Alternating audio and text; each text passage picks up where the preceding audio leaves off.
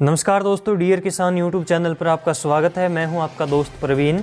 किसान भाइयों, आज की इस वीडियो में हम बात करेंगे क्या वास्तव में यूरिया की कीमतें बढ़ने वाली हैं, इसके पीछे क्या रीज़न है, ऐसी बातें क्यों हो रही हैं। तो चलिए आज की ये वीडियो शुरू करते हैं। दोस्तों, पिछले कुछ दिन पहले ही डीएपी यानी कि डाई अमोनियम फॉस्फेट जो आपको एक बैग 50 किलोग्राम का 1200 रुपये में मिलता है, वो अचानक से उसकी कीमतें दोगुना हो गई थी, यानी कि 1200 से बढ़कर 2400 रुपये उसकी कीमतें हो गई थी, जो कि बाद में सरकार ने उसके ऊपर सब्सिडी बढ़ाकर उसकी कीमतें कम कर दी और वही बैग आपको उसी कीमत में मिलने लगा। यानी कि डीएपी का एक बैग आपको 1200 रुपये में मिलता है, लेकिन सरकार को उसके ऊपर काफ़ी ज़्यादा मात्रा में सब्सिडी देनी पड़ती है।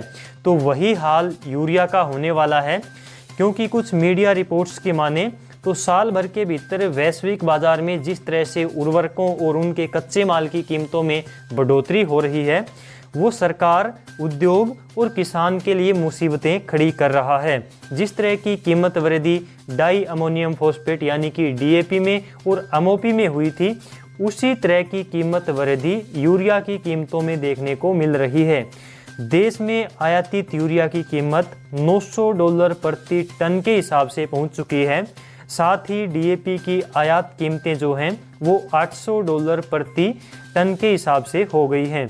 ऐसे में सरकार के लिए डीएपी के बाद में अब यूरिया जो है वो नई चुनौती लेकर आ रहा है, और ये चुनौती किसानों के लिए भी होगी। यदि सरकार इसके ऊपर सब्सिडी नहीं बढ़ाती है तो यूरिया की कीमतें काफ़ी ज़्यादा मात्रा में बढ़ सकती हैं। दोस्तों, देखने वाली बात ये होगी कि यदि यूरिया की कीमतें बढ़ जाती हैं तो क्या इसका सीधा असर किसान के ऊपर पड़ेगा, यानी कि किसान को ज़्यादा कीमत चुकानी पड़ेगी यूरिया की, या फिर सरकार इसके ऊपर सब्सिडी बढ़ाकर इसकी कीमत को दोबारा से उसी स्तर पर ले आती है, यानी कि पुरानी कीमतों के ऊपर किसान को मुहैया करवाती है डीएपी की तरह, या फिर इसका बोझ किसान के ऊपर पड़ेगा, यानी कि इसकी कीमतें बढ़ जाती हैं तो क्या किसान को इसकी कीमत चुकानी पड़ेगी या फिर सरकार इसके ऊपर सब्सिडी को और ज़्यादा बढ़ाएगी। तो ये देखने वाली बात होगी। यदि मीडिया रिपोर्ट्स की माने तो आयातित यूरिया की कीमत $900 प्रति टन को पार कर चुकी है।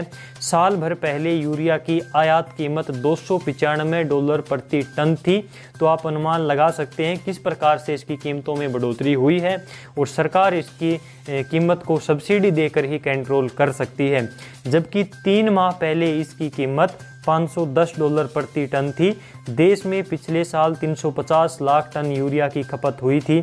देश में 250 लाख टन यूरिया की उत्पादन क्षमता है, जबकि तकरीबन 100 लाख टन यूरिया का आयात होता है। यदि आज हम यूरिया के एक बैग की कीमत देखें तो जो 45 किलोग्राम का यूरिया का एक बैग आता है वो 266 रुपये के आसपास किसानों को मिलता है सब्सिडी काटने के बाद में, क्योंकि सरकार काफ़ी बड़ा हिस्सा खादों के ऊपर, उर्वरकों के ऊपर सब्सिडी के रूप में वहन करती है, तब जाकर आपको ये खाद इतनी कम कीमत में मिल पाती है। यदि सब्सिडी इसकी हटा दी जाए तो बहुत ज़्यादा इसकी कीमतें बढ़ जाएंगी, जो कि किसान के बिल्कुल ये काबू से बाहर चली जाएगी, पहुँच से बाहर चली जाएगी।